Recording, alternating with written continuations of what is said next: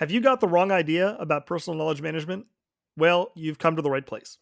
I'm Lucas, here with my brother Jack, and we're diving deep into the world of knowledge management systems. This is our fifth episode in the series, so you may want to go back and get caught up.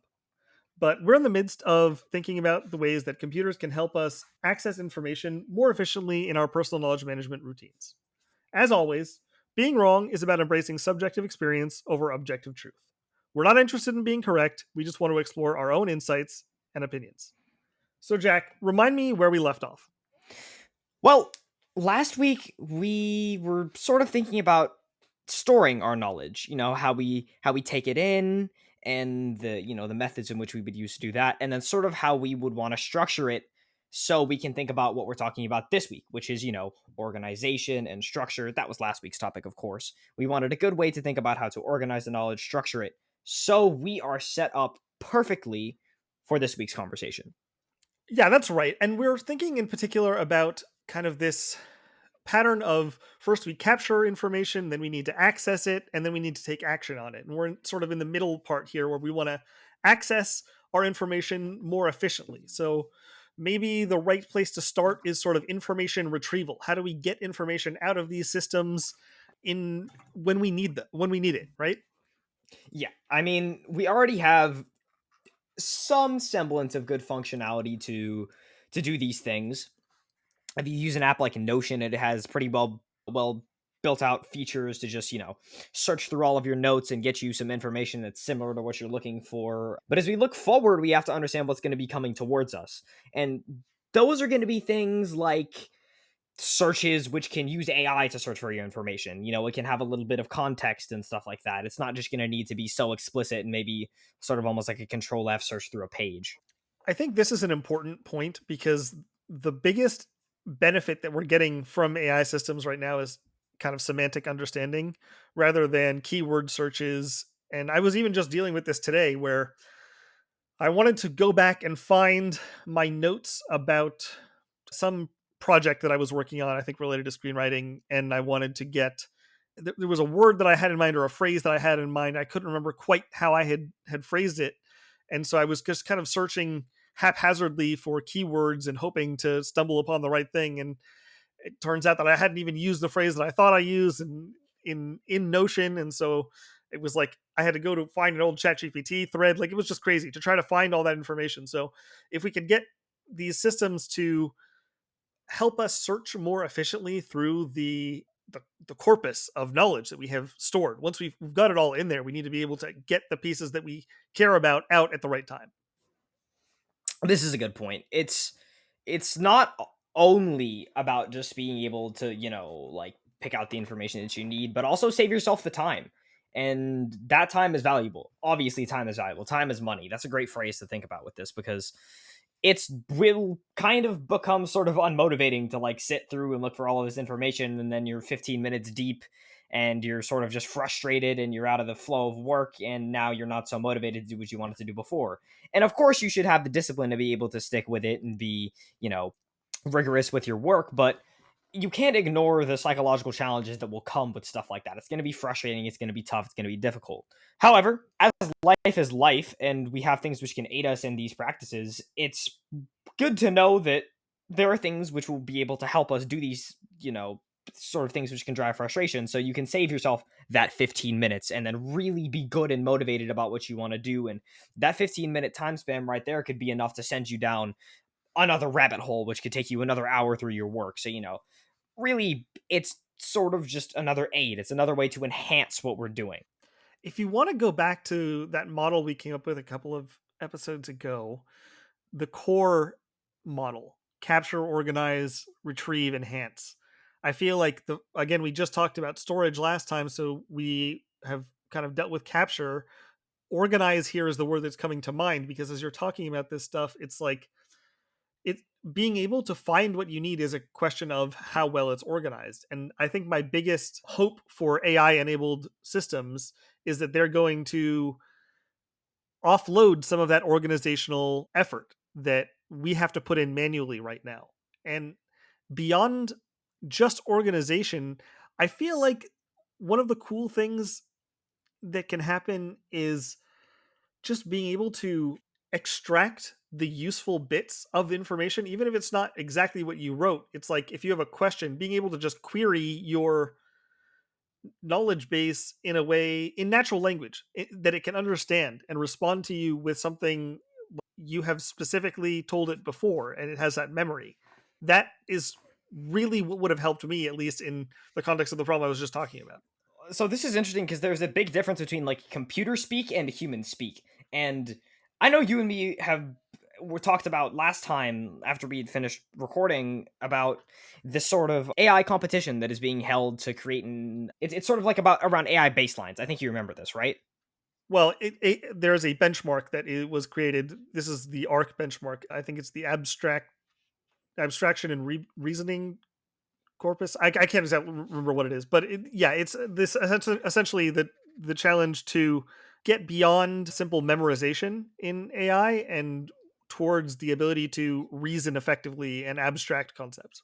Right, right, right. So why I'm talking about this is because one of the challenges that is present in that is turning your human logic into computer speak.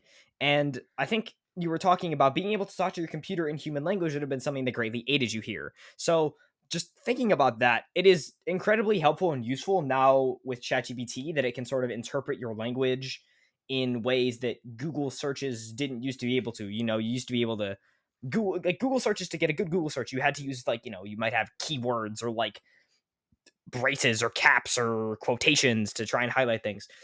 And now with these models that we have with LLMs, you don't really need that stuff. I can sort of just pick out bits and pieces and it's a little bit more human like. And the ability to stay in that like human like realm, there's a lot of likes there, but my point is the ability to stay in human speak when dealing with your computer allows you to not need to shift that sort of frame of mind when thinking about how to search for your information.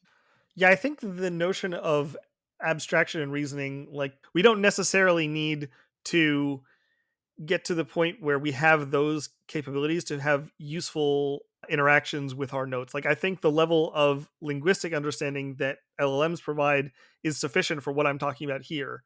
And I think that's also kind of the point you're making, but I just want to emphasize that like even today's AI is useful because you can phrase your questions in natural language because it can do that natural language processing and understand the semantics of what you're talking about and not just have to rely on those very broad keyword based searches. Like this, now we can actually extract insights and valuable information based on the context in which it was stored rather than just like the specific words that were used, right? Yeah, this is a good point because definitely the LLMs which we have now are more than capable of what I was talking about. So that's a good point to emphasize for sure. And it's I'm just thinking because I know dealing with in school they're very opposed to you using AI for your work. And like still, I'm going back to this because I think that being able to look at your knowledge in ways which are like not so robotic and computerized would help a lot of people with the ways that they think about learning, because a lot of people have to think about their knowledge in very robotic ways and they very much so feel like school focused knowledge. However, the more that I start to use AI to help me with my thinking in school, the more I start to feel like I can actually gain some sort of insights from what they're trying to teach me. So it sort of creates a little bit more of a broad use case criteria for what I'm doing in school. It doesn't feel so quartered off and separate from the rest of my life.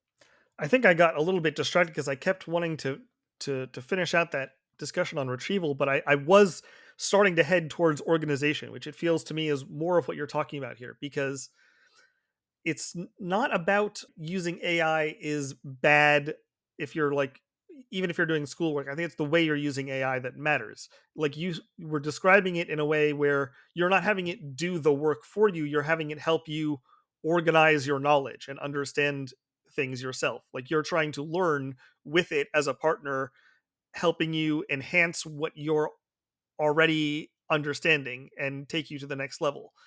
That's very different than like just having it do the work for you. And I think that that organizational aspect is exactly what you should be using the tool for, and exactly the point of what its current strengths are. Leveraging the strengths that we have and the computer has. That's like sort of the driving force behind this sort of, little three-part framework of, storage act as an action that we've come across here. What can the computer do that we're maybe not so good at? And yeah, this is it.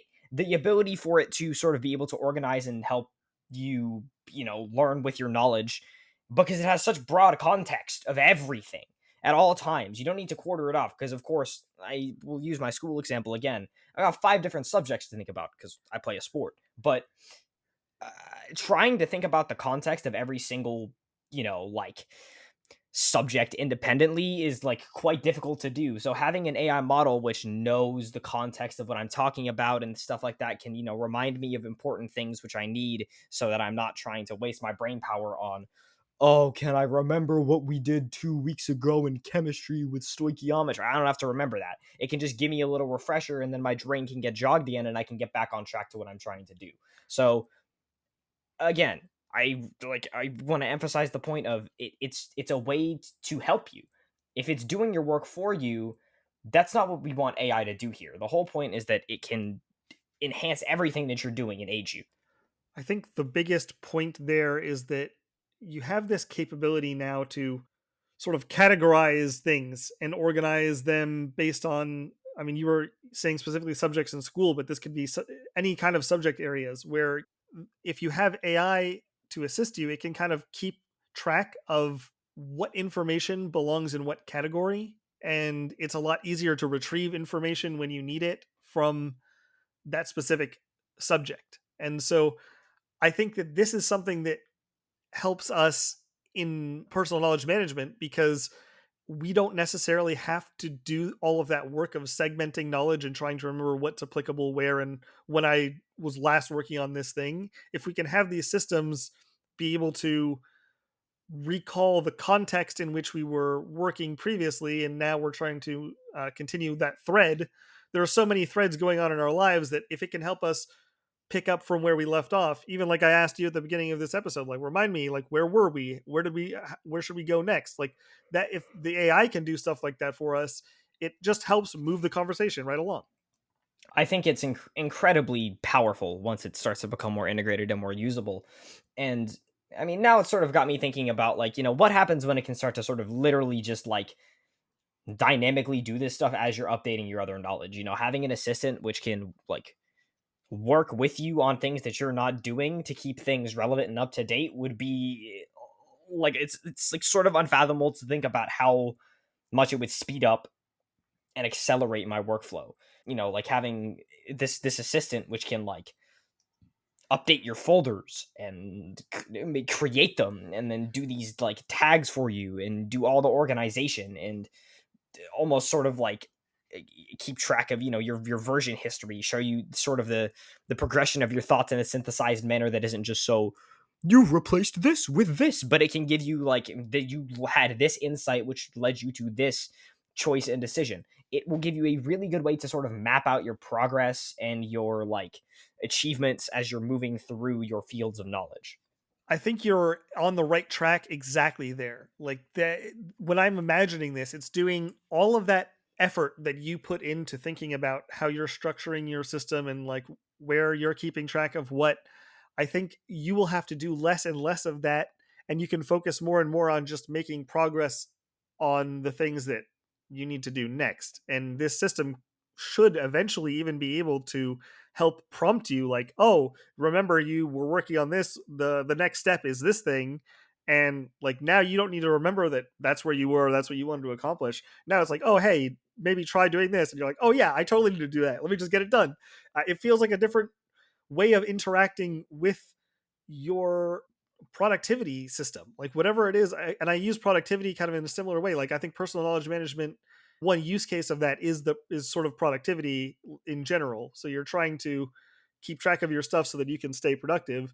And I think, yeah, these tools, when you have enhanced sort of metadata enriched interactions with this knowledge management system, that it will be able to move you forward on projects in a way that has not been accessible to us in the past because we've needed to handle the juggling that all of that context ourselves and maintaining it all ourselves. I really want to talk about this sort of like idea of like the context enriched. I think you use the term maybe metadata enriched, but I'm thinking of like context enriched things here because as a person, as a human being, with my thoughts that I have, I always try and take in as much context as possible in situations. And it takes a lot of brain power. And I mentioned this because at the start of what you were saying, you mentioned that it allows you to interact with your knowledge in ways not previously possible. And I think that this is one of the biggest pieces to the whole equation, universally to this whole thing. The ability to have context given to you in all situations, in all scenarios, that is dynamic and not static, allows you to do thinking which you wouldn't have done before because you get to remove the brain power of trying to remember the things necessary to do the thought. You just get to do the thought. So thinking about how much of my brain I could use to just do the thought opens up a whole world of productivity and organization and goals that I could achieve. And it feels sort of freeing in a sense. You're hitting right back on that theme that we've been hammering home on. Like, what can the computer offload from you? This is whatever cognitive processes that go into getting you into the right space to be able to do your work. That's the stuff we're talking about offloading. It's not the part where you're actually creating and innovating and being human, like using your human intelligence to make progress. It's the stuff that is honestly just burdensome for us to have to remember ourselves. I don't want to have to remember exactly where I was on this project that I haven't touched in 3 weeks. I want you to be able to tell me, like you, my personal knowledge management system, to be able to tell me, hey, this is where we were. This is where you wanted to go next. Or even if you didn't have an explicit direction to go next, it would be like it could make suggestions like, hey, if you haven't thought about this in a while, maybe these are some areas you might be interested in exploring. Like anything that can take that load off of me of having to manage that for myself, it it is, I think you used the right word there, freeing. It feels more like I can spend the time thinking about the stuff that I want to be thinking about and not the stuff that feels like I have to think about it because otherwise nothing can do it for me. I remember thinking about something a little bit of time back around the same sort of topic, and it's like, say you've got like four projects going on at the same time, but the one that you're currently working on is starting to feel a little bit dull, and your AI can tell that your work is still slowing down and maybe not becoming so focused, but for whatever reason, your AI is now in touch with your emotions, in tune with your emotions, or maybe even so, it can just provide you with other things that you could try doing. You can sort of just, your AI can just sort of pop up and be like, yo, Tommy, you want to go do this? And you're like, oh, that sounds really fun to do right now. And then next thing you know, you're being productive with something else. So the ability to be productive on all fronts of your life. Maybe you're on a work project and it feels dull, and then you got to go work on like another personal hobby project. You still keep up your productivity and you're still doing all the things that you want to get done, just in a different order. And the point is that if you can use that productivity that you're getting at the time, you are then sort of like front loading getting that personal project done, and then you can have more time to get your work done at the end of it if you really need to just get it done and hammer it out. So again, I love the word freeing here because it really sort of frees you from trying to remember all of the things which you can do. It just sort of will lay it all out there for you and make sure that you are maximizing, or at least maybe not maximizing, but optimizing to the best of your extent, the energy, the passion, and the interest that you have at a given time. I love the idea that you're utilizing this system, like the better it knows you, the better it can help you. And to your point, yeah, like you, if you don't have to think at all about how to best use the energy you have at that moment, it's again, I think I remember we talked about this maybe when we were initially brainstorming about this, but having an assistant that could even recognize what time of day it is, how much energy you seem to have. Did you just get home from work? Are you tired? Or is it a weekend and you woke up and you have a lot of energy? Like it can give you the right direction or direct your energy in the right way based on the current state that you're in. So once we get to that point, I think it gets crazy. But yeah. Maybe it's a Monday, you woke up and you just feel like shit. So it's like, go back to sleep. And you're just like, okay, all right, AI assistant, thank you. I'm gonna go get some more sleep now. Things like that. I think it really just allows it to sort of become an integrated part of your life. And we've talked about this before. And before we sort of move on from this sort of section, I want to have a little one last little talk on this point, because I think that this all sort of starts to make your personal knowledge management system, and this specific the AI assistant part, become more of a natural part of your life. It sort of doesn't feel like you've got to reach out for it and grasp at it and try and get it to work for you. It's just working in tandem with you. It's sort of like a partner, like you're dancing together to get your knowledge and your brain working the best way that it possibly can. I think that it now is sort of starting to form and shape into this piece of your life, this piece of the puzzle which you never thought that you had room for before, but is now there. It almost makes knowledge management accessible to the average person. I feel like maybe that's the biggest insight for me is that whereas right now, I think you have to be the kind of person that cares about knowledging your manage effectively. But as soon as you have assistants that make it very easy for you to capture your ideas and can automatically organize them and help you access them, that it starts to change the game in terms of who can be productive with a personal knowledge management system. Yeah. Yeah. I mean, I think that, like, again, my mind sort of just trying to wrap around all of these things which it is making possible is what we want to introduce here, because our ability now to think about concepts that weren't like possible before, it just opens up another world. The world that we have had previously, before we had digital systems, and now the world where we have digital systems, and now this world where we have digital systems working in tandem with us. Like, my mind is absolutely blown. Well, I'm going to take us in a different direction here. I have kind of a good analogy for this, by the way, which I don't know if you're aware of this, but in ChatGPT, you can do a full data export of all of your conversations. Did you know about this? I did not.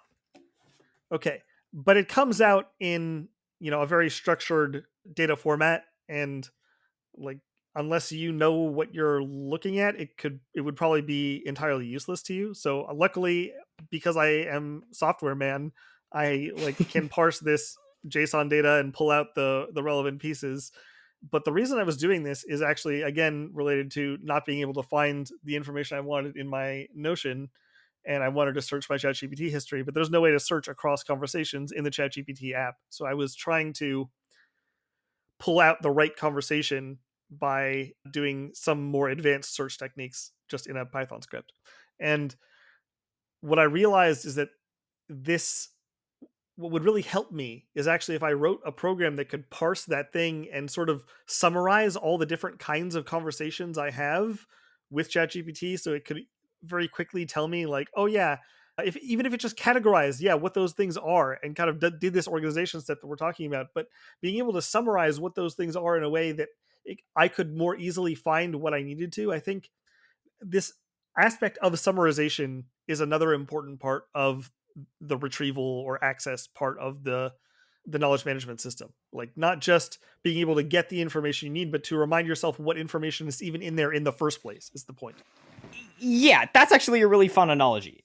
Analogy? Whoa, analogy. Well, as you, like you said, you are software Superman here, so I almost thought you were going to be like, I used ChatGPT to help me parse ChatGPT's exported Thought data. about it. Believe Yeah. me. Yeah, that would have been really funny. But I see what you're saying now. That's actually kind of interesting, because being able to summarize your data is incredibly important. And that sort of like shortened down version of everything that you have is good to see, because let's be real here, nobody really wants to look at their entire sort of chain of thoughts that took them to something useful. They want a summary of it, because there are bits and pieces from the whole thing that were important to where you got to that might sort of get lost in the picture. But if you sort of do a summary of it, you might be able to get those pieces back. So I think what it allows you to do is get these sort of like concise summaries, which allow you to not lose what you wanted to really get at the heart at. And it sort of just makes digesting those like grand, vast expanses of ChatGPT knowledge, or even just normal human knowledge. Like I think we talked about this previously. Dad with his like bajillion file folders. Imagine if he could just summarize some of the stuff and the notes that he's got in there into something a little bit more easily readable. I'm sure it wouldn't feel as daunting to him to go and look at it.